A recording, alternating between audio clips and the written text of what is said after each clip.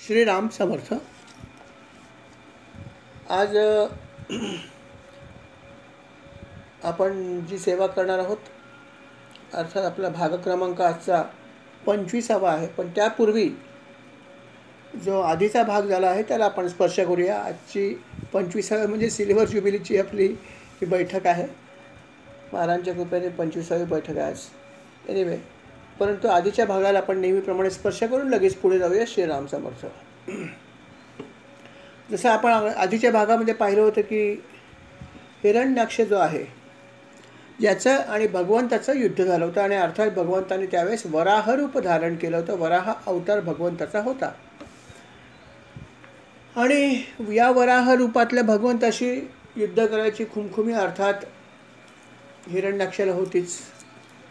विनाशकाले विपरीत बुद्धी आणि त्याप्रमाणे अगदी पत्ता मागून मागून शोधून शोधून तो अगदी वराह भगवंताकडे गेला आणि त्याच्याशी युद्ध केलं. युद्ध करत असताना अर्थात भगवंत त्याच्याशी बऱ्यापैकी खेळत होते. जेव्हा त्यांची भेट झाली तेव्हाच भगवंताच्या अर्थात सुळ्यावरती पृथ्वी होती. रसातळ्यातली वर आणली होती त्यांनी. ती पृथ्वी त्यांनी एका ठिकाणी व्यवस्थित पहिली ठेवून दिली. म्हटले चल आता बघूया काय करायचं ते. आणि मग दोघांचं बऱ्यापैकी युद्ध झालं.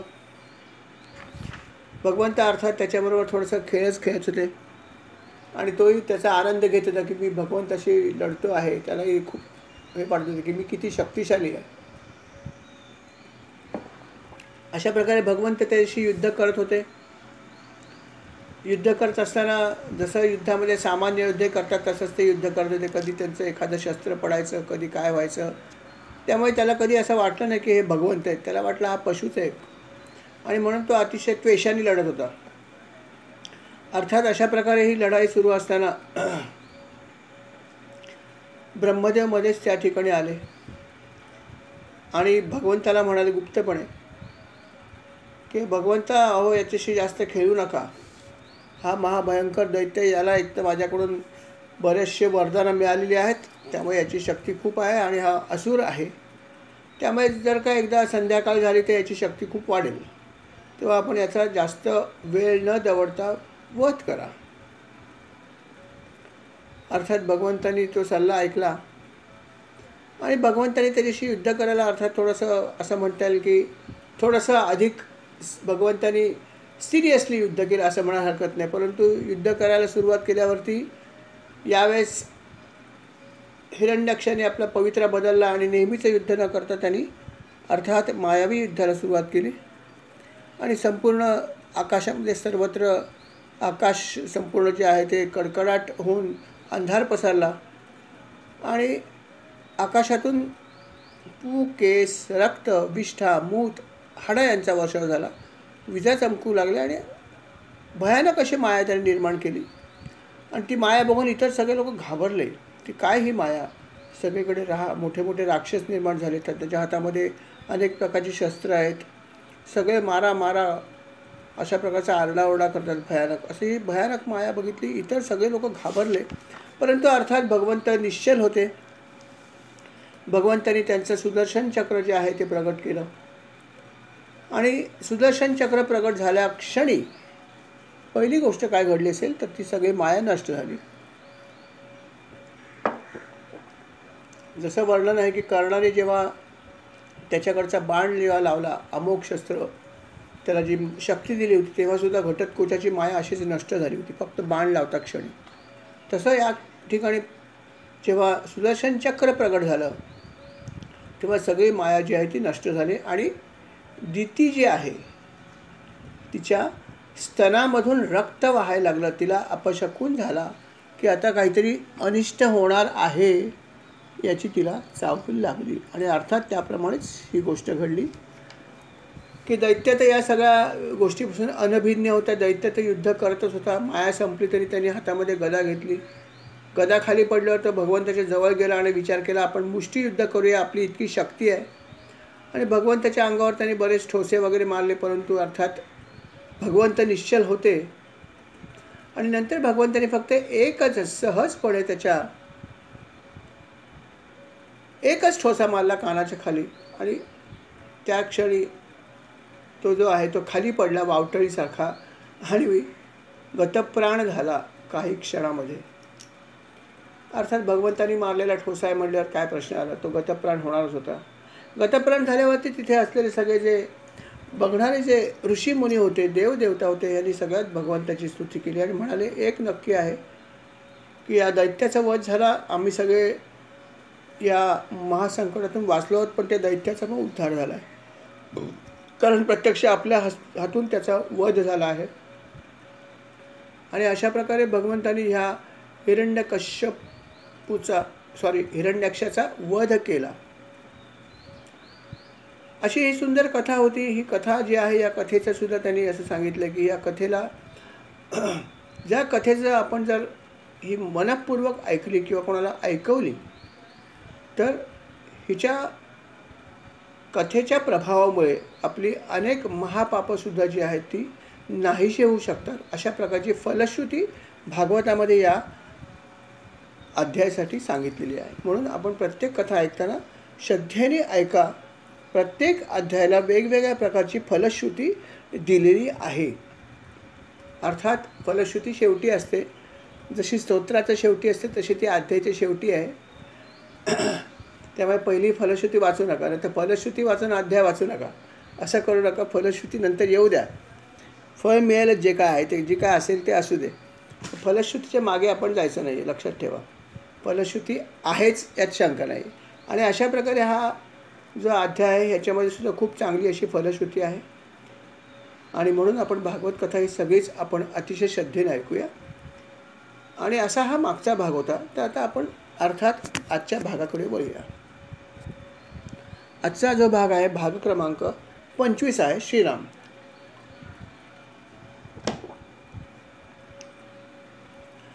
कथा तर सांगून झाल्यावरती मध्ये मध्ये जो आहे संवाद चालू होता शौनक ऋषींचा आणि मैत्री मुनींचा. मध्येच परत ती कथा आधी कशी झाली ह्याच्यावरती सूत मुनी काही गोष्टी सांगत होते शौनक ऋषींना. असा हा मिक्सचर असा संवाद आहे. त्या संवादामध्ये अनेक प्रश्न आणि उत्तर झाले. त्याच्यामध्ये मध्ये मध्ये काही प्रश्नसुद्धा आले होते. त्याच्यामध्ये सूतांनी काही माहिती दिली होती. मध्येच त्या माहितीमध्ये त्यांनी एक गंमतशीर माहिती दिली होती. ते म्हणाले की सृष्टीचं निर्माण कसं झालं आहे तर आपण ऐकलेलं आहे. याच्यामध्ये आणखीन एक गंमत तुम्हाला सांगतो. ते म्हणाले की ब्रह्मदेवाने सृष्टीचं निर्माण केलं हे तर आपल्याला माहिती आहे. सगळे जीवजंतू वेगवेगळ्या ठिकाणाहून निर्माण झाले. त्याच्यामध्ये अर्थात सत्वगुणामुळे देवसृष्टी निर्माण झाली. तमोगुणांमुळे अर्थात राक्षस किंवा अशा प्रकारची काही लोकंसुद्धा निर्माण झाली. पशुपक्षी पण निर्माण झाले. पण त्याच्यात त्यांनी असं म्हणलं की जे खूप जास्त तमोगुणी होते त्यांची निर्मिती ब्रह्मदेवाच्या नितंबापासून पण झाली. काही असुरांची निर्मिती. आणि निर्मिती झाली आहे ब्रह्मदेवापासून. खरं पाहिलं तर गंमत बघा, निर्मिती झाली ब्रह्मदेवापासून, पण ते इतके तमोगुणी होते की ज्या भगवंतांनी त्यांना निर्मिती केली त्याच्याच मागे ते लागले. आणि मागे लागल्यावरती नुसते मागे लागले नाही, त्यांनी ब्रह्मदेवाकडे याचना काय केली तर आम्हाला मैथून करायचं आहे. बघा काय ही वृत्ती आहे. यवनांसारखंच झालं ना, नातं बितं काही नाही, बस आम्हाला पाहिजे. आणि अशा प्रकारे हे असुर जे आहेत ते ब्रह्मदेवाच्याच मागे लागले, मैथून करण्याची इच्छा ठेवून. अर्थात ब्रह्मदेव पळायला लागले, हे त्याच्या मागे लागले. मग आता यांनी विचार केला कुठे पळणार आपण, पळून पळून हे माझा काय पिच्छा सोडणार नाही आहे, तर काय करूया. भगवंताची प्रार्थना केली. भगवंताची प्रार्थना केल्यावर भगवंत म्हणाले तू तुझं हे काम कलुषित शरीर सोडून दे. विषय संपला. मग अर्थात त्यांनी ते शरीर सोडून दिलं. त्यांनी शरीर सोडून दिलं आणि ते शरीर सोडल्यावरती त्या शरीरापासून एक अतिशय सुंदर अशी एक स्त्री त्या ठिकाणी निर्माण झाली. ती दिसायला अतिशय मोहक होती, अतिशय सुंदर होती. आणि सर्व असुर तिकडे बघत होते की ही कुठून आली, इतकी सुंदर स्त्री. आणि मुख्य म्हणजे महत्त्वाचा भाग असा की ती स्त्री त्या असुरांकडे बघत होती. हा महत्त्वाचा भाग होता. ते म्हणलं की स्त्री तर सुंदर आहे परंतु आमच्याकडे बघते आहे, आम्हाला बघून लज्जित झाली आहे. म्हणजे याचा अर्थ आमच्या पराक्रमावरती नक्कीच खुश असणार, कारण आम्ही शक्तिमान आहोतच. आणि शक्तिशाली लोकांची आकर्षण असू शकतं स्त्रियांना. आणि म्हणून आमच्या ह्या शौर्यावरती, आमच्या या पराक्रमावरती नक्की आनंदित झाले. तेव्हा आपण विचारूया की ही कोण आहे, कारण आम्ही ते हिला कधी बघितलेलं नाही आहे. तेव्हा ते तिच्याकडे गेले काही असं म्हणाले, अगं सुंदर स्त्री आहे, तू इथे कुठे फिरतेस आणि तू कोण आहेस, तू कोणाच्या शोधामध्ये आहेस, आणि तुला कोणी काही त्रास वगैरे देतोय का सांग, आम्ही आहोत तुझं रक्षण करायला, अजिबात काळजी करू नकोस, आम्ही तुझी सगळ्या प्रकारची मदत करू. तेव्हा ती म्हणाले की ती पण गंमतशीर होती. ती म्हणाले की अशी तर मला कोणाची भीती नाही, परंतु मी आपल्यालाच सर्वाला बघत होते आणि आपल्याकडेच मी बघत होते आणि आपल्याला बघूनच मी थोडीशी मोहित झाली, असं तिने भाषण केलं. तेव्हा अर्थात असुर तर म्हणतात तसं होतं की ते होतेच वेडे, त्याला काही बुद्धी नावाची गोष्ट नव्हतीच, अहंकारी होते, बुद्धीवर पडदा होता बुद्धी असली तरी. त्यामुळे त्यांनी विचार केला की बा आम्ही विचार केला तो किती बरोबर आहे, आमच्या ह्या पराक्रमावरती, आमच्या या शौर्यावरती, आमच्या या शक्तीवरती ही मोहित झालेली आहे आणि स्वतःहून आपल्याकडे आली, तर आपण आता हिला सोडायचं नाही, ही आपल्याकडे चालून आली आहे, ती हिला आपण ग्रहण करूया. अर्थात त्यांनी तिचा स्वीकार केला, म्हणाले की आजपासून तो आमची आहेस आणि आम्ही तुझे आहोत, काही काळजी करू नकोस. आणि अशा प्रकारे त्यांनी त्या स्त्रीला त्यांनी जवळ घेतलं आणि अर्थात त्याच्यामुळे ते सगळे कामशक्त बनले. असे खूप त्यांच्यामध्ये दुर्गुण होतेच होते, परंतु ब्रह्मदेवानी त्याग केलेल्या शरीरापासून जी स्त्री तयार झाली ती अर्थात कामासक्त होतीच.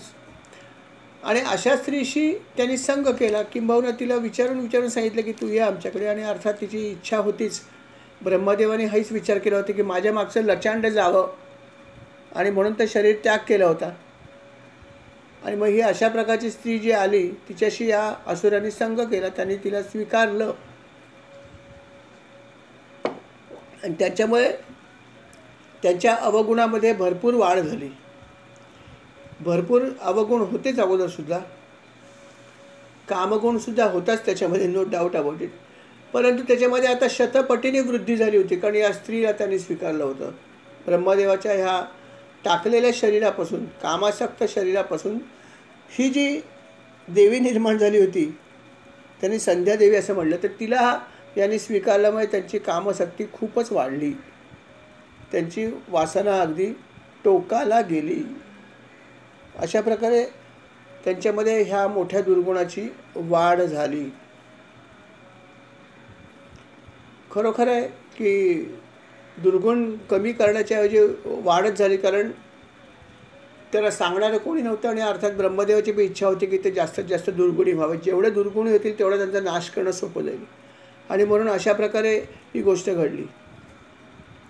परंतु ब्रह्मदेव जे आहेत त्यांचा सुटकारा झाला. ते म्हणले चला काय का असेना, त्यांच्या मागे गेले ना, मी सुटलो, नाही तर हे माझ्याच मागे लागले असते. अशा प्रकारे गंमत झाली ब्रह्मदेवांची सुद्धा. ब्रह्मदेवाच्या शरीरापासून अशा अनेक काही गोष्टी निर्माण झालेल्या आहेत. जसं आपण मागे एका अध्यायामध्ये बघितलं की धुकं निर्माण झालं होतं त्यांच्या एका शरीरापासून, अंधार सगळीकडे पडतो, तेही त्यांनी असंच शरीर त्याग केलं होतं. त्याग केलेल्या प्रत्येक वस्तूपासून अशा प्रकारच्या टाकाऊ वस्तू त्या निर्माण ब्रह्मदेवाच्या शरीरापासून झालेल्या आहेत. आणि अर्थात अशा टाकाऊ वस्तू त्या त्या प्रकारच्या लोकांनी त्या ग्रहण केलेल्या आहेत. ज्यांची बुद्धी असं म्हणता येईल की खराब झालेली आहे, अशा लोकांनीच अशा गोष्टी ग्रहण केलेल्या आहेत. आणि अशा प्रकारे ब्रह्मदेवाच्या शरीरापासून अनेक काही गोष्टी निर्माण झालेल्या आहेत. त्यांनी असाही थोडासा उल्लेख केला आहे की आपण जेवढे अशुद्ध राहू, तर अशुद्ध जर आपण राहिलो तर आपल्या शरीरावरती सुद्धा अनेक या शक्ती ज्या आहेत त्या आपल्यामध्ये प्रवेश करू शकतात. म्हणून शुद्धता शरीराची पाळा. शरीराची शुद्धता पाळण्याला भरपूर महत्त्व आहे. अशा काही कथा पण आहेत की जेव्हा शरीराची शुद्धी न पाळल्यामुळे कलीनी प्रवेश केला, अशी कथा आपण वाचली. नलराजाची जी कथा आहे त्यामध्ये पण असंच आहे की नलराजा जे आहे हे नीट ज्या प्रकारची शुद्धता पाळायला पाहिजे ते विसरून जातात आणि त्या नलाच्या शरीरामध्ये कली प्रवेश करतो. ही कथा पण आहेच सुंदर, कारण तो इतका देवधर्म पाळणारा असतो की कलीची इच्छा असून पण त्याच्या शरीरात त्याला प्रवेश करता येत नसतो. तो प्रवेश का करू शकतो? त्याचं कारण म्हणजे त्याच्या हातून एक दिवस चुकून तो पाय न धुता देवाची पूजा करायला जातो. वास्तविक पाहता हातपाय धुणं ह्याला फार महत्त्व आहे. अंघोळ प्रत्येक वेळेस करायची गरज नाही, परंतु थोडीफार शुचिर्भूतता पाळलेली चालते किंवा पाळावी शक्य असेल तर. परंतु तो विसरून जातो आणि पाय न धुताच ती गोष्ट करायला जातो आणि त्याच्यामुळे त्याच्या हातून एक अपराध घडतो छोटासा आणि त्या अपराधामुळे कली जो आहे त्याच्या शरीरामध्ये प्रवेश करतो नलराजाचा आणि मग त्याची काय दशा होते ती कथा ऐकण्यासारखीच आहे. नल आणि दमयंतीची कथा खूप छान आहे, खूपच सुंदर कथा आहे आणि त्याला त्यातून बाहेर कसा येतं ही पण खूप सुंदर कथा आहे. दोन्ही कथा खूप सुंदर आहेत. कधीतरी आपण वेळ मिळेल तेव्हा ऐकूया. नल दमयंतीची कथा आहे, खूपच सुंदर आख्यान आहे आणि मला वाटतं की नल दमयंतीची जी कथा आहे ती भागवतामध्ये कदाचित नसावी, नाही आहे माझ्या मते. परंतु आपण कधीतरी ती जरूर ऐकूया की काय कथा आहे ती. पण या ठिकाणी मला म्हणायचं एवढंच आहे की शुचिर्भूतता पाळावी, जिथे पाळता येईल तिथे जरूर पाळावी. अगदीच नाईलाज असेल तर गोष्ट वेगळी, परंतु कर्मकांड करताना शुचिर्भूततेला महत्त्व आहे. एरवी नाही पाळलं तरी चालते, परंतु कर्मकांड करताना पाळण्याचा प्रयत्न करावा हाच त्याचा अर्थ आहे. भक्तिमार्थ अर्थात सर्वाच्या पलीकडे आहे हेही आपल्याला माहिती आहे, परंतु जर शक्य असेल तर जरूर पाळावा हेही तितकंच बरोबर आहे. आणि अशा प्रकारे त्यांनी असं म्हणलं की शरीराची शुद्धता जी आहे ती पाळावी. ज्याच्यामध्ये त्याने असं एक म्हणलं आहे भागवतामध्ये की आपण झोपताना जे आहे ते शक्यतो आपलं मुख जे आहे ते धुवून झोपावं. म्हणजेच आपण नॉर्मली ब्रश करतो नाही का झोपताना, भरपूर लोक करतात सगळे, तर ब्रश करून झोपा. त्यांनी असं म्हटलं की उष्ट्या तोंडाने जर एखादा मनुष्य झोपला तर त्याच्यावरती वाईट शक्ती आक्रमण करू शकतात. करतीलच असं नाही, पण करू पण शकतात, हे पण फॅक्ट आहे. म्हणून जर शक्य असेल तर आपण शुद्धता पाळण्याचा प्रयत्न करावा असं भागवतामध्ये म्हणल्यावरती नक्कीच बरोबर असणार, यात शंका नाही आहे. आणि अशा प्रकारे त्याने अनेक गोष्टी भागवतामध्ये सांगितल्या आहेत छोट्या छोट्या महत्त्वाच्या. आणि खरंच शुद्धता अशुद्धता तर आपल्या ठिकाणी आहे, परंतु असंही आपलं सायन्स पण म्हणतं की बाबा शक्यतो तुम्ही दात घासून झोपावे, कारण अन्नाचे कण अडकलेले असतात दातामध्ये, हे सगळं आपल्याला माहीतच आहे. परंतु धर्म पण सांगतो की हे तुम्ही करा, कारण वाईट शक्ती तुमच्या शरीरामध्ये त्यावेळेस प्रवेश करू शकतात. ही एक खूप सुंदर छोटीशी पण चांगली टिप त्यांनी दिली आहे. अशा प्रकारे थोडीशी माहिती जी आहे ती मध्ये सूत आणि मध्येच येऊन थोडीशी माहिती ही अशी सगळी या ऋषींना दिली होती.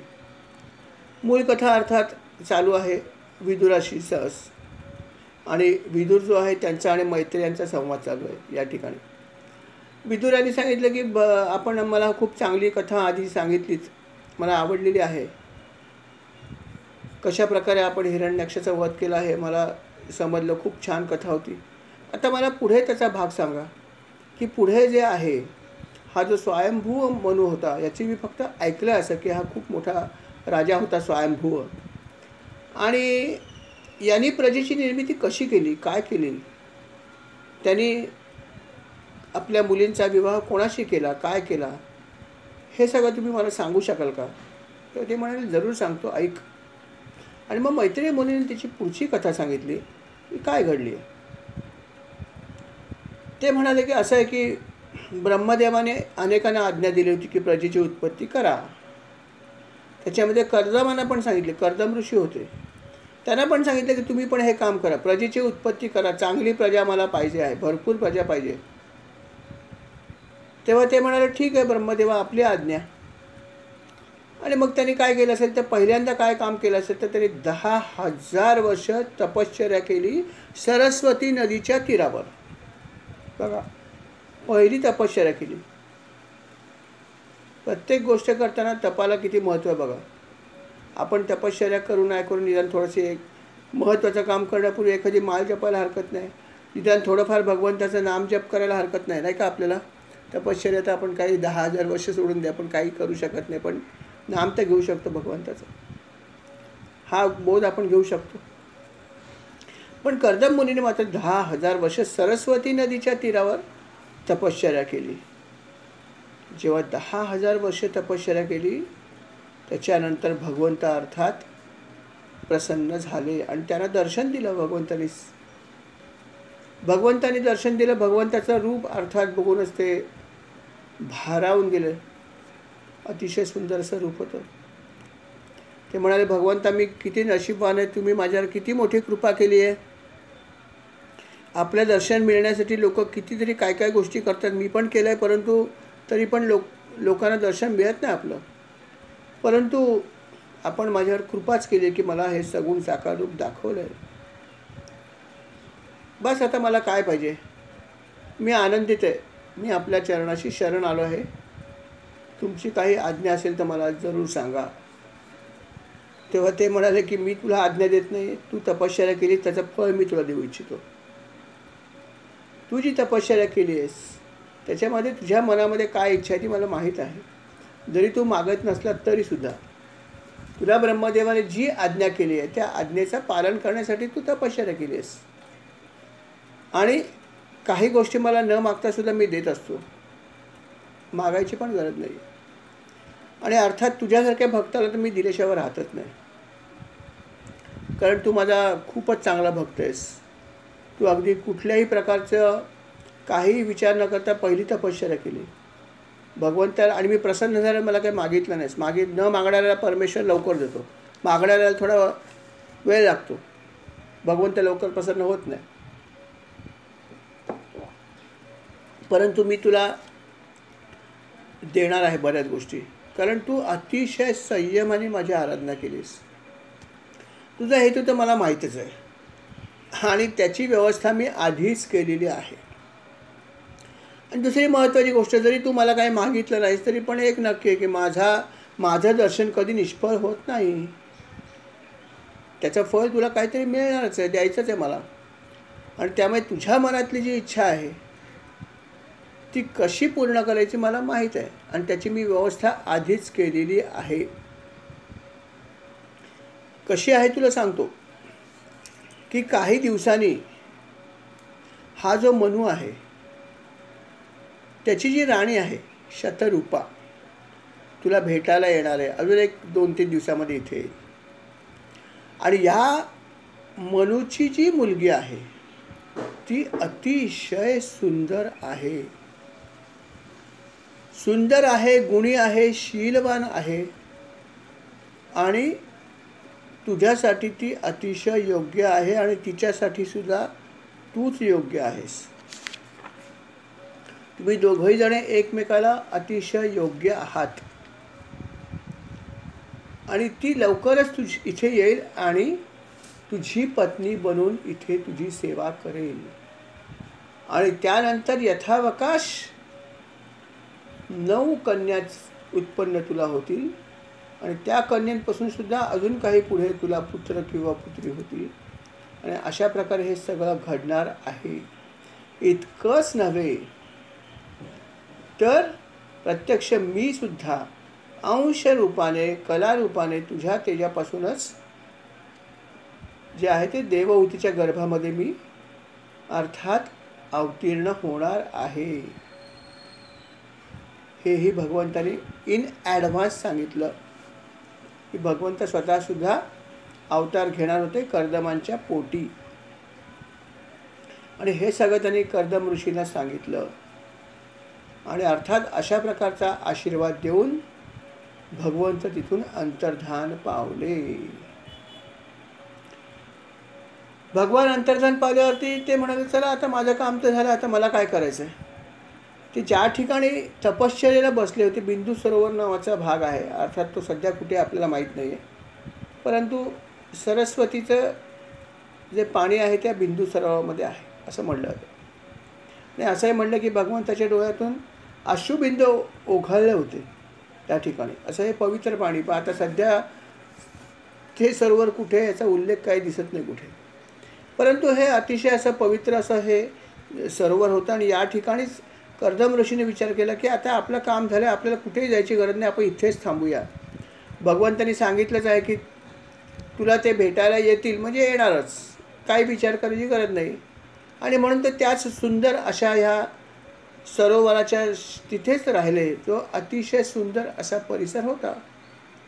सगळ्या प्रकारचे पक्षी होते, सगळ्या प्रकारचे प्राणी होते, सगळं काही सुंदर असं होतं. आणि मग ते तिथेच थांबले. अर्थात तिथे थांबल्यावरती सुद्धा त्यांचं तपश्चर्या मात्र चालू होती, तो प्रश्नच नाही आहे. अनेक दिवस ते अशा प्रकारे तपश्चर्या करत होते. नंतर सुद्धा भगवंत भेटल्यावर काही त्यांचं काम जरी झालं तरी तपश्चर्या तरी सोडली नाही.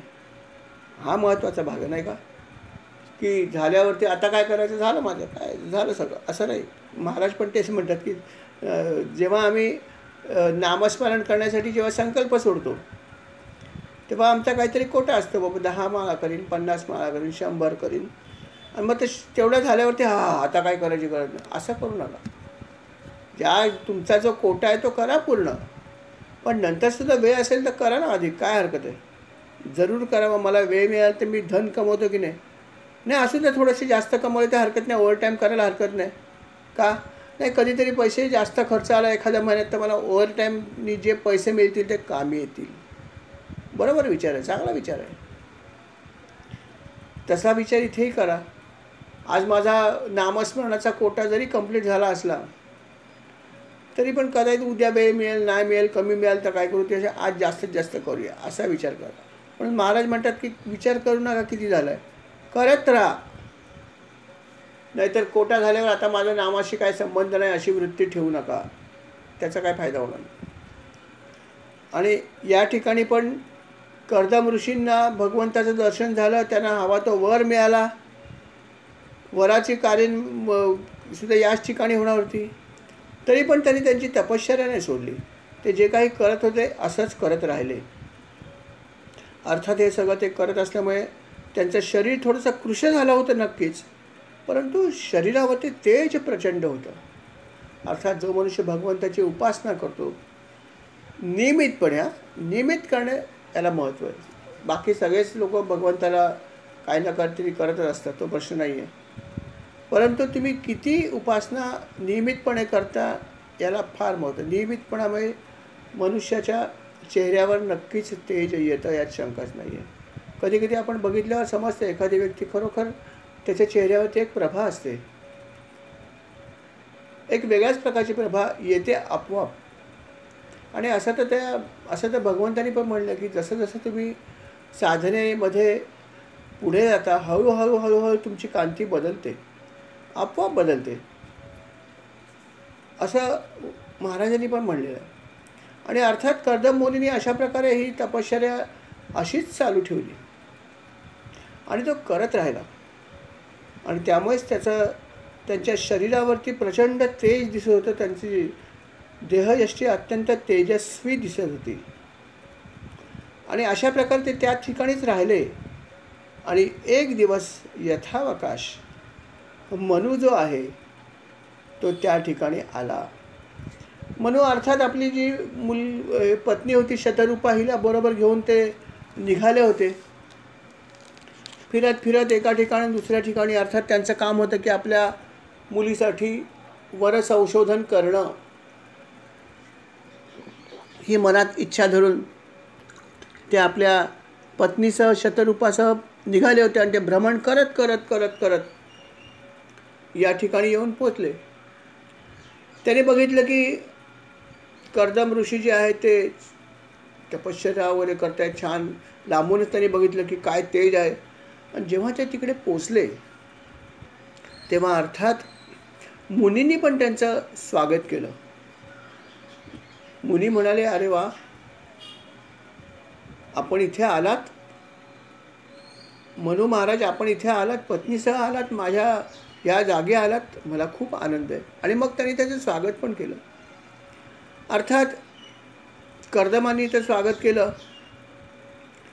आणि स्वागत केल्यावरती मनू म्हणाला, राजा मनू, अर्थात राजा होता, म्हणाले की महाराज अहो माझं काय स्वागत करता, मी ते एक यत्किंचित माणूस आहे. राजा असलं तरी काय झालं, आपण जे लोक करतात, जे काही काम करतात ते फार महान आहे. आपली निर्मिती तर भगवंताच्या मुखापासून झाली, आम्ही हातापासून झालो, क्षत्रिय आहोत आम्ही. आमचं काम आहे संरक्षण करणं आणि ते आम्ही करतो आहोत. आज आपल्यासारख्या या महान मुलीशी माझी भेट झाली हे माझं नशीब आहे. आपणच माझ्यावर कृपा करा. माझं नशीब आज उघडलं की माझी भेट झाली.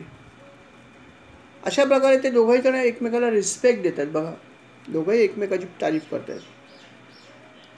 नंतर मग मनू म्हणाला की महाराज, असं आहे की मी फिरत फिरत इथे आलो आहे आणि माझ्याबरोबर माझी पत्नी तर आहेच आहे, बघितली आपण. आणि माझी आपल्याला एक विनंती आहे हो महाराज. म्हणले, बोल, काय काम आहे राजा, बोल, तू सांग, माझ्याकडून काही मदत झाली तर नक्की करेन. ते म्हणाले, असं आहे ऋषीवर्य की माझी एक कन्या आहे. या कन्येचा अर्थात विवाह व्हायचा. तिच्यासाठी मी उचित असं स्थळ शोधतो आहे आणि आपल्यासारखं उचित स्थळ मला कुठे दिसतच नाही. आपणच सर्वात उचित आहात असं मला वाटतं. म्हणून आपण माझ्या या कन्येचा स्वीकार करावा ही विनंती माझी आपल्या चरणी आहे.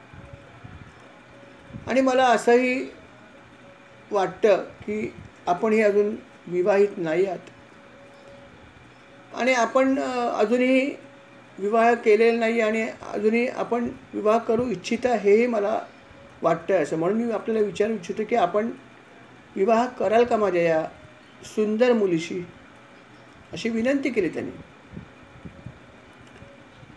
अर्थात मनूंची मुलगी देवहूती अतिशय सुंदर होती. आणि ऋषी म्हणाले, कर्दम ऋषी म्हणाले, राजा, तू मला विनंती केली आहेस, परंतु माझं पण काही कर्तव्य आहेस ना. तू तुझं कर्तव्य करतोयस, प्रजेचं पालन करतोयस, आमचं रक्षण करतोयस. आणि तुझी कन्या, तिचा विवाह माझ्याशी व्हावा अशी तुझी इच्छा आहे. मलाही या गोष्टीचा खूप आनंद आहे. तुझी कन्या अतिशय सुयोग्य अशी आहे. दिसायला तर किती सुंदर आहे याचंही त्यांनी उदाहरण दिलं. ते म्हणाले की गंधर्व, विश्ववसू नावाचा एक गंधर्व होता. जेव्हा या विश्ववसूंनी तुझ्या मुलीला बघितलं तेव्हा तो तिचं रूप पाहून मूर्छित झाला. गंधर्वांना खरं पाहिलं या गोष्टीचा काय फार विशेष काही वाटायला नको आहे, कारण गंधर्वांच्या जोडीला अप्सरा असतात. त्या गंधर्वाच्या पत्नी समजल्या जातात. आणि अप्सरा किती सुंदर असतात. आपण एखाद्या स्त्रीचं वर्णन करताना म्हणतो काय, अप्सरेसारखी सुंदर आहे. म्हणजे अतिशय सुंदर स्त्री म्हणजे अप्सरा, किंवा अप्सरा म्हणजे सुंदर स्त्री असं आपण म्हणतो. तर ऋषी म्हणाले की अरे राजा, तुझी मुलगी तर इतकी सुंदर आहे की विश्ववसू नावाचा हा जो गंधर्व आहे याने जेव्हा तुझ्या मुलीला बघितलं, बघून त्याला मूर्छा आली तिचं सौंदर्य बघून. आणि अशी सुंदर स्त्री आणि ती पण तुझी मुलगी,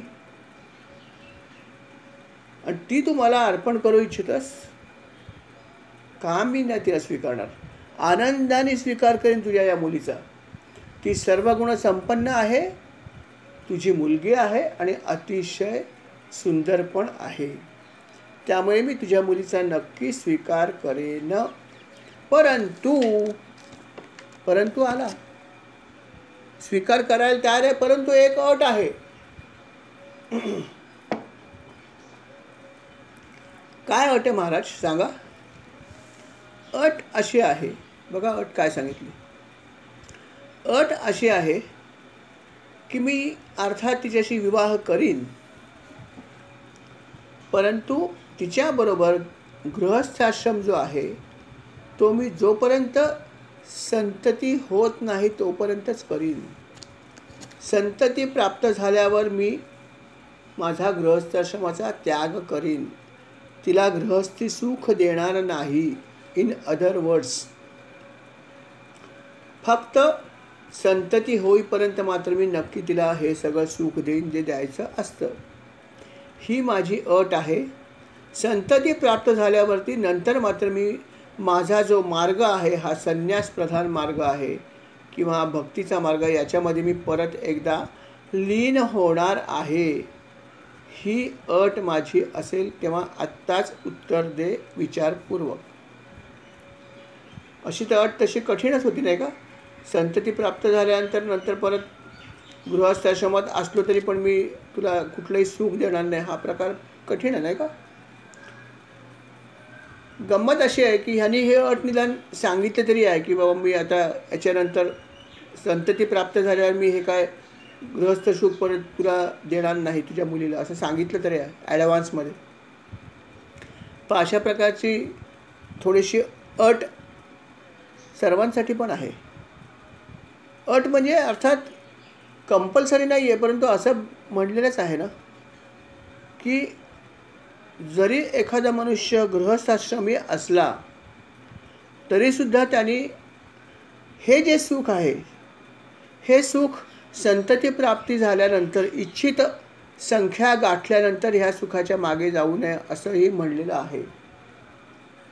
असं मनुस्मृतीमध्ये म्हणलेलं आहे की अशा प्रकारचं हे जे सुख आहे जे आपण गृहस्थाश्रमी सुख म्हणतो हे तुम्हाला तुमची उचित संतती जर प्राप्त झाली असेल, काय तुम्हाला जेवढं काय पाहिजे असेल तेवढी संतती झाली असेल तर त्यानंतर या सुखाच्या मागे जाता कामा नये, शक्यतोवर हे सुख घेऊच नये असं म्हणलंय.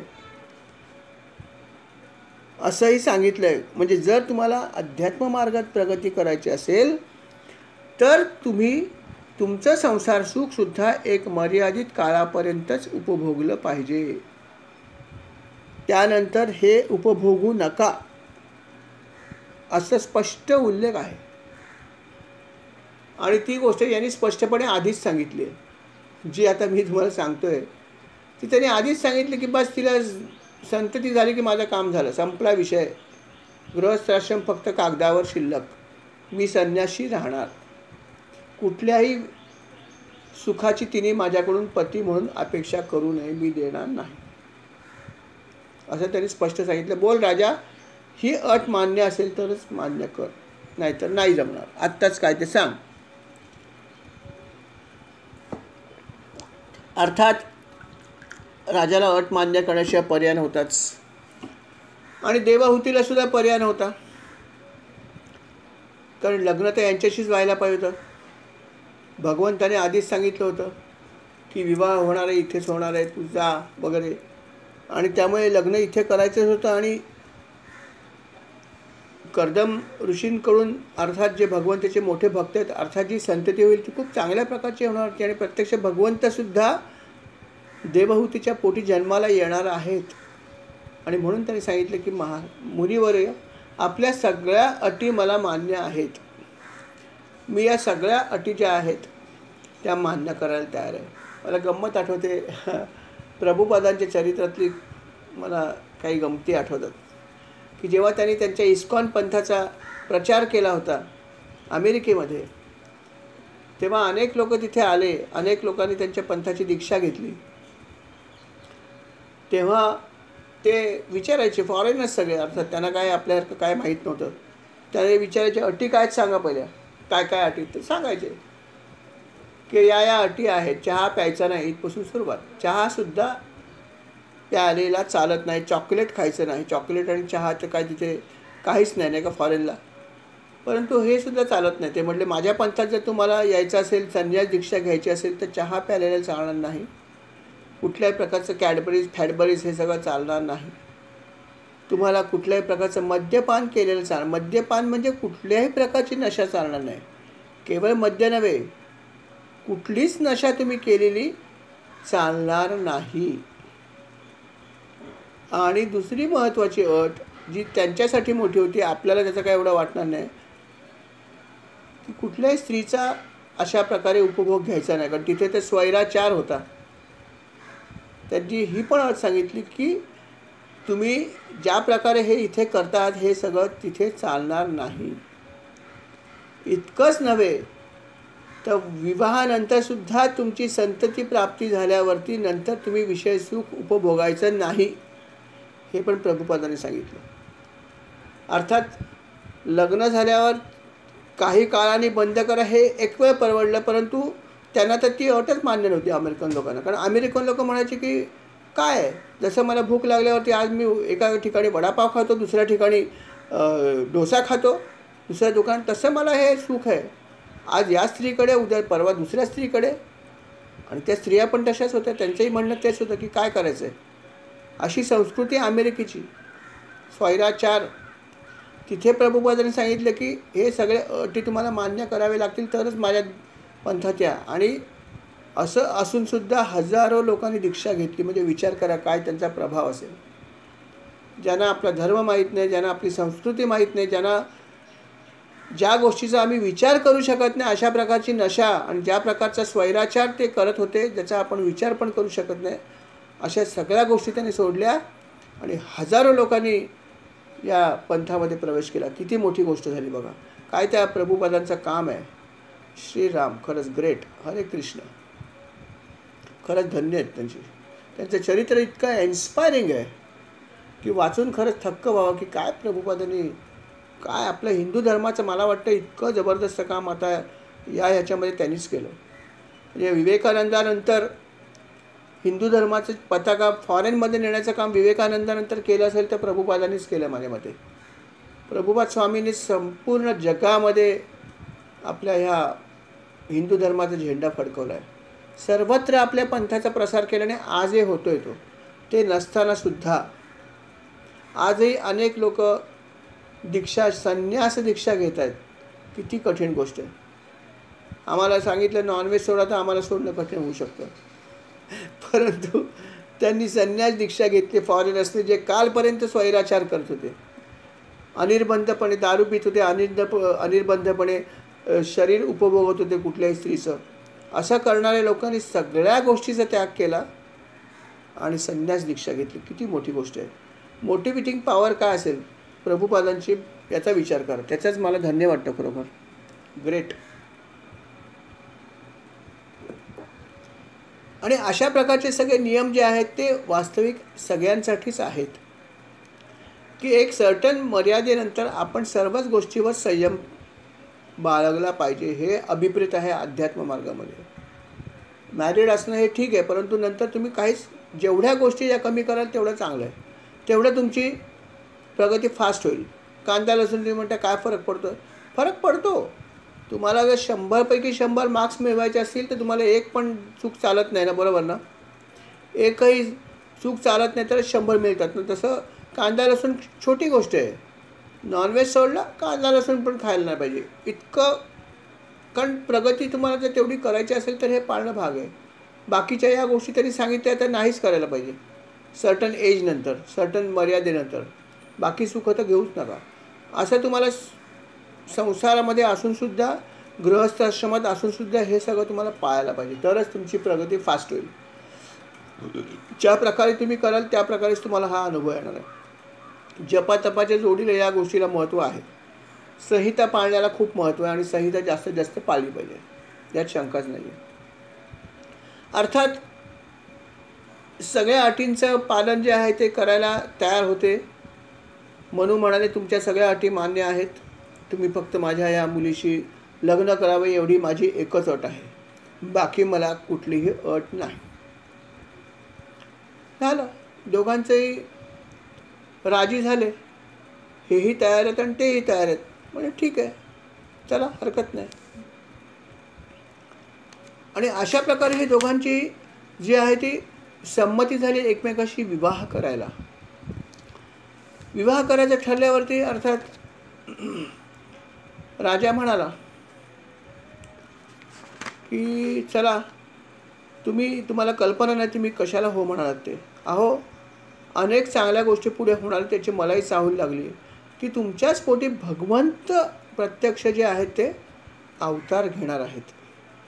आणि म्हणून याला फार महत्त्व आहे की भगवंत अवतार घेणार आहेत आणि भगवंत जे आहेत ते अवतार घेऊन अनेक प्रकारचा उपदेश करणार आहेत.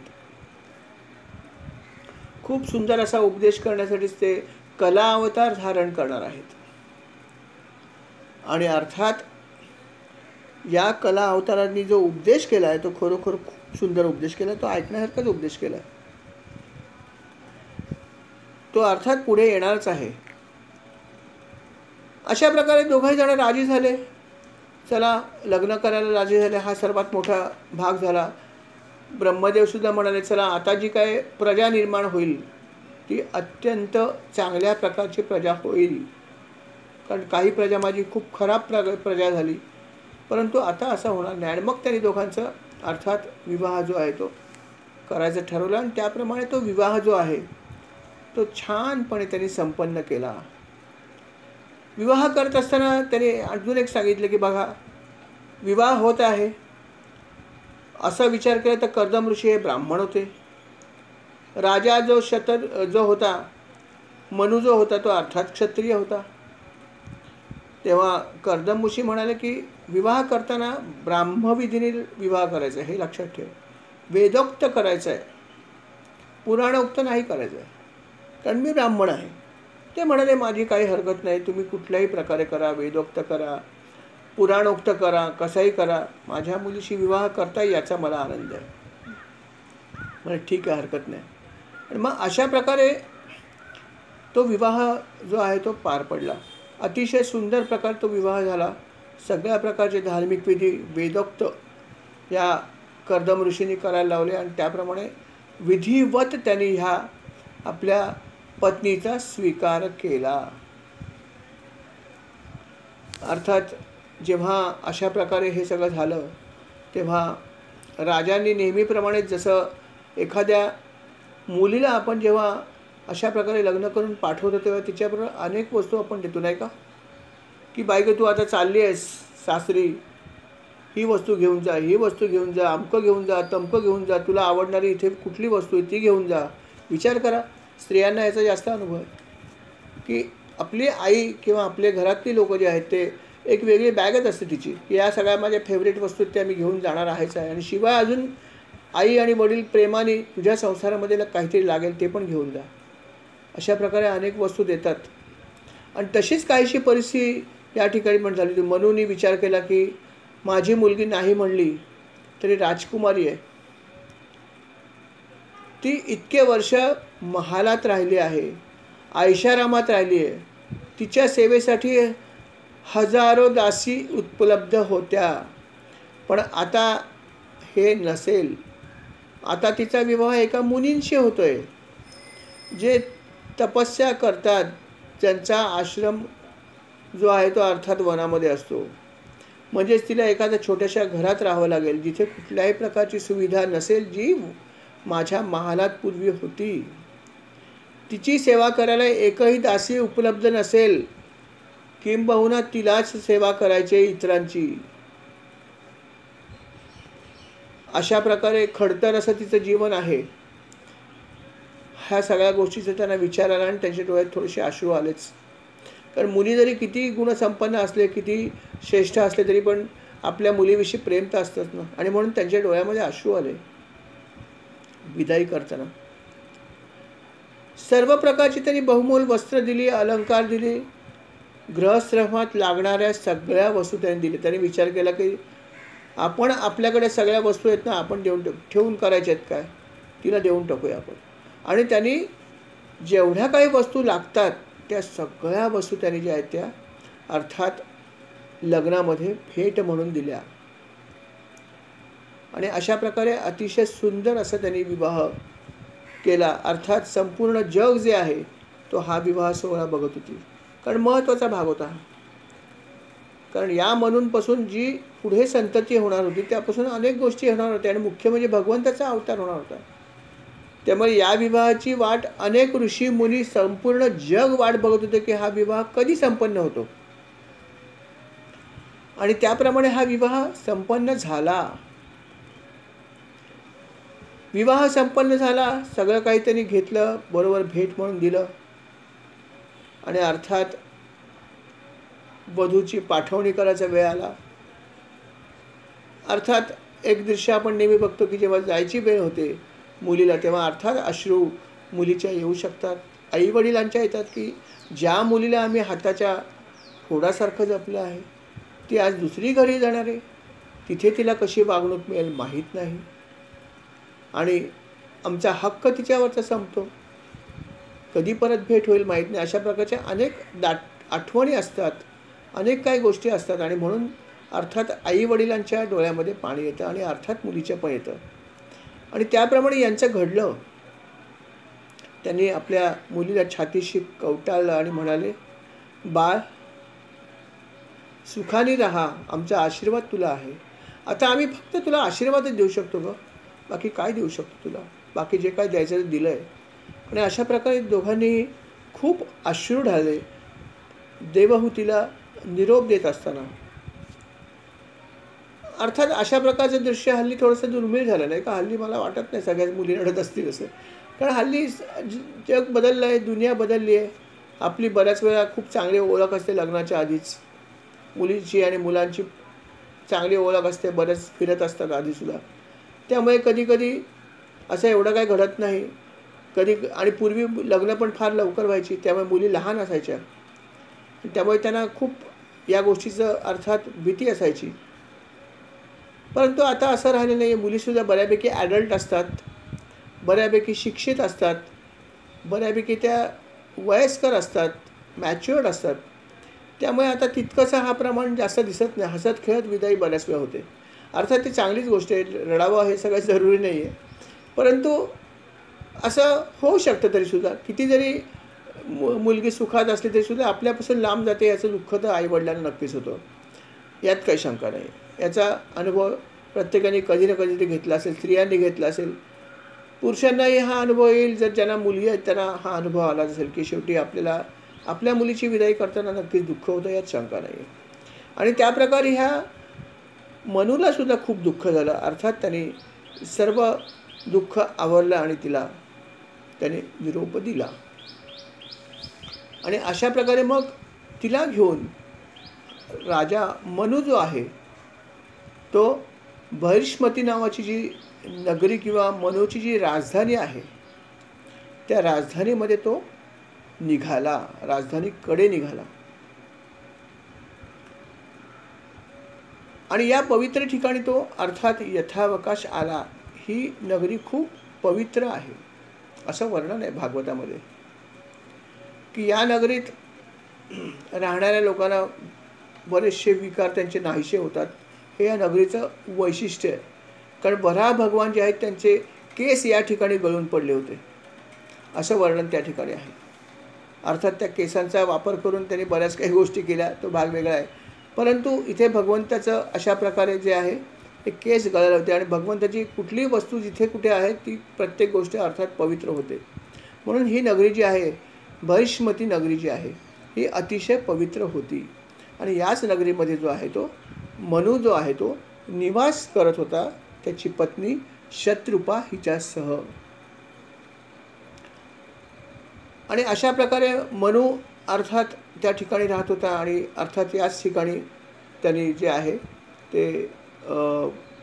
परत तो आपल्या ठिकाणी आला. या मनूचं दुसरं एक वैशिष्ट्य असं होतं की मनू भगवंताचा खूप मोठा भक्त होता. की मनूला तरी काम दिलं होतं की बाबा तू प्रजेची उत्पत्ती कर. पण प्रजेची उत्पत्ती करून झाली की तो बाकी सगळा वेळ भगवंताचं मनन चिंतन करणं, भगवंताच्या कथा ऐकणं यातच सगळा वेळ घालवायचा. कुठेही तो वेळ घालवायचा नाही. का तर त्याला मनामध्ये एक थोडीशी भीती ही होती की मी विषय उपभोगतो आहे, कारण भगवंताची आज्ञा आहे प्रजेची उत्पत्ती कर, परंतु ते विषय माझ्यावरती हाबी होऊ नयेत किंवा हे विषय माझ्यावरती चढू नयेत, म्हणून तो ते काम झालं की परत भगवंताची आराधना करायचं, बाकी दुसरं काही करायचं नाही. आणि हे खरंच महत्त्वाचं आहे नाही का? कारण आम्ही विषय तर उपभोगत असतोच, परंतु विषय उपभोगत असताना त्या विषयाची पडछाया आमच्यावर पडता कामा नये. विषयाच्या ठिकाणी आहेत ते आम्ही गृहस्थाश्रमी आहोत म्हणून करतोय, परंतु नंतर आपल्याला खरोखर त्या विषयाची आसक्ती न राहावी म्हणून भगवंताची उपासना करणं फार जरुरीचं आहे. आणि अर्थात सोपा उपाय म्हणजे नाम घेणं आहे. नाम घेतलं तरीसुद्धा आसक्ती कमी होते, जाऊ पण शकते. पण त्याच्या जोडीला जर आपण थोडीशी श्रवण भक्ती केली तर श्रवण भक्तीसुद्धा खूप उपयोगी आहे. नामभक्तीच्या जोडीला जर श्रवण भक्ती केली, श्रवण भक्ती करत करत जर आपण नाम घेतलं तर चांद चांद लग गए. अर्थात ते करायसाठी सुद्धा सवय लागते किंवा थोडीशी कृपा लागते. की एकीकडे आपण प्रवचन सेवा ऐका, एकीकडे आपण कीर्तन सेवा ऐकू शकता आणि एकीकडे तुमची माळ पण सुरू असू शकते. असंही करता येतं. आणि असं केलं तर फारच छान. एकदा असा प्रश्न विचारला होता महाराजांना. एक भक्त अशा प्रकारेच कीर्तन सेवा का काहीतरी प्रवचन सेवा ऐकत होता आणि त्याच्या हातात माळ होती. गोंदवलेला आपण हे खूप वेळा करतो नाही का? गोंदवलेला जेव्हा कीर्तन सेवा असते किंवा प्रवचन सेवा असते त्यावेळेस अनेक लोक हातात माळ घेऊनच बसलेले असतात. तिकडे तो कीर्तनकार कीर्तन करतो काय त्याचं प्रवचनकार असेल तर प्रवचन करतो आणि इथे आपली माळ चालू असते. आणि याला महत्त्व आहे. जेव्हा महाराजांना प्रश्न विचारला होता की असं केलेलं बरोबर आहे का, ते म्हणले फार चांगलं आहे, असं करायलाच पाहिजे. कारण आपलं मन कधी कधी इकडे तिकडे फिरत असतं, पण जर नाम घेतलं तर ते बिलकुल फिरत नाही. श्रवण करत असताना आपलं मन बऱ्यापैकी एकाग्र असतं, नाही असं नाही, पण कधी कधी मन मध्ये मध्ये फिरत असतं. पण त्यावेळेस जर नाम चालू असेल तर तो जो एरर आहे तो एरर बुजतो. ती फट जी आहे ती फिलअप होते नामामुळे. म्हणून प्रवचन सेवा ऐकताना जर आपण नाम घेऊ शकलात तर खूप चांगली गोष्ट आहे. जरूर माळ घेऊन बसा, ऐकत असा श्रवण करा, जोडीला नाम पण घेत राहा. कीर्तन सेवा चालू आहे, ऐका, जोडीला नाम चालू ठेवा. याला फार महत्त्व आहे. आणि असं जर आपण केलं तर आपली भक्ती फुल प्रूफ होईल, खूप चांगली होईल. आणि हा जो मनू होता आणि हे जे ऋषी होते, या दोघांचं वैशिष्ट्य ते होतं की जरी ते संसारी होते तरी पण संसार सुख उपभोगून झालं कर्तव्य म्हणून की लगेच भगवंताचं गुणगान, भगवंताच्या लीला ऐकाव्यात, भगवंताच्या कथा सांगाव्यात, भगवंताचं नाम घ्यावं हे ते लगेच करायचे. आणि हे अशा प्रकारे सर्व करत राहिले. आणि हे असं झाल्यामुळेच अर्थात त्यांना कुठल्याही प्रकारचा दोष लागला नाही किंवा कुठल्याही प्रकारे त्यांची आसक्ती राहिली नाही. त्याचं कारण हे करत राहिले. म्हणून आपण सुद्धा ऋषींनी इतकं नासही, परंतु विषय आपण भोगत असताना नाम घेण्याचा प्रयत्न करा. आणि कधीतरी एकदा थोडा वेळ का होईना कुठली तरी चांगली गोष्ट श्रवण करा भगवंताच्या कथा आणि लीलांचं. याला खूप खूप खूप खूप महत्त्व आहे. भागवतामध्ये त्याला अनन्यसाधारण महत्त्व दिलं आहे की नाम घेत असताना तुम्ही थोडंफार तरी श्रवण भक्ती करा, ती तुम्हाला खूप कामी येणार आहे. श्रवणाने इतका परिणाम घडतो मनुष्यावरती की बस रे बस. खूपच मनुष्याच्या आतमध्ये खूप फरक पडतो. ऐकून ऐकून अर्थात नियमितपणे ऐकलं पाहिजे. पण त्यामुळे आपली जी वृत्ती आहे त्या वृत्तीमध्ये बऱ्यापैकी फरक पडतो. आणि म्हणून श्रवण भक्तीला खूपच महत्त्व आहे आणि ती भक्ती आपण केली पाहिजे. असं भागवतामध्ये पण सांगितलं आहे, महाराजांनी पण तेच सांगितलं आहे. आणि अनेक जे आहेत संत तेच म्हणतात की तू श्रवण चांगल्या प्रकारचं करा, जे तुम्हाला खूप कामी येणार आहे. आणि अशा प्रकारे ह्या दोघांचा विवाह झाला. मनू म्हणाला माझं काम झालं, आता माझी मुलगी लागली जिथे जायची तिकडे व्यवस्थित पोचलेली आहे, हे सगळं झालं, आता माझं काम झालेलं आहे. इकडे पुढे कर्दम जे ऋषी होते ज्यांच्याबरोबर देवहूतीचा विवाह झाला होता मनूच्या कन्येचा, तर ते लग्न झाल्यावरती तिने आपल्या पतीची सेवा कशी केली हा प्रश्न जो आहे तो त्यांनी विचारला की महाराज मला हे सांगा की लग्न झालं हे समजलं मला, छान प्रकारे झालं, सगळं छान झालं, परंतु देवहूती काही सामान्य नव्हती आणि कर्दम मुनी पण सामान्य नव्हते. तर मग ही मनूची पुत्री होती, मग हिने त्यांच्याबरोबर कशा प्रकारे मनूची राजाची सेवा केली हे मला सांगा तुम्ही. कर्दमाची सेवा कशी केली हे सांगा, कारण ती शेवटी मुनिकन्या होती. तेव्हा ते म्हणाले की ती जी सेवा केली तू ऐक, इतकी सुंदर सेवा केली देवहूतीने की ती सेवा कशी केली तू ऐकण्यासारखी आहे. की अशी सेवा करणं हे कठीण आहे कुठल्याही स्त्रीला, पण तिने ती सेवा केली. तिने ती सेवा कर्दम मुनींची केली. खरं पाहिलं तर एका राजकन्येला ही सेवा करणं कठीण आहे नाही का, कारण जिला ऐशाराम करायची सवय तिला इतकं खडतर आयुष्य आणि ते पण आनंदाने स्वीकारणं कठीण आहे नाही का. आणि आनंदाने स्वीकारून तिने कर्दम मुनींची प्रचंड सेवा केली जी ऐकण्यासारखी आहे. तर ते म्हणाले की मग ही सेवा कशी केली हे आपण मला सांगाल तर मला फार फार आनंद होईल, कारण मला हे ऐकायची इच्छाच आहे की कशा प्रकारे केली आणि किती वर्ष केली हेही सांगा.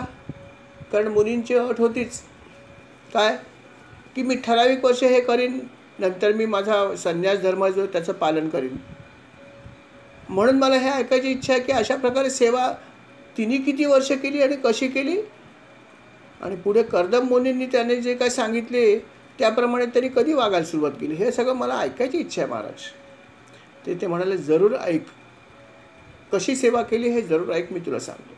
आणि मग त्यांनी त्याचं वर्णन केलं की देवहूती आणि कर्दम मुनी जे आहेत त्यांनी जो विहार केला, तो विहार कसा केला याची अतिशय सुंदर अशी सविस्तर अशी माहिती पुढे आलेली आहे. अर्थात हा जो भाग आहे, हे सगळी माहिती किंवा हा सगळा भाग आपण या पुढच्या भागामध्ये ऐकूया. या ठिकाणी आपण आजच्या सेवेला स्वल्पविराम देऊया. श्रीराम समर्थ. श्रीराम. या भागाची सेवा महाराज मी आपल्या चरणी अर्पण करतो, तिचा स्वीकार करावा. कळत नकळत चूक झाली असेल तर मला क्षमा करावी आणि आमच्या सर्वांचीच ही सेवा स्वीकार करावी आणि अशीच सेवा आपल्याकडून करून घ्यावी ही विनंती आपल्या चरणी आहे. श्रीराम समर्थ.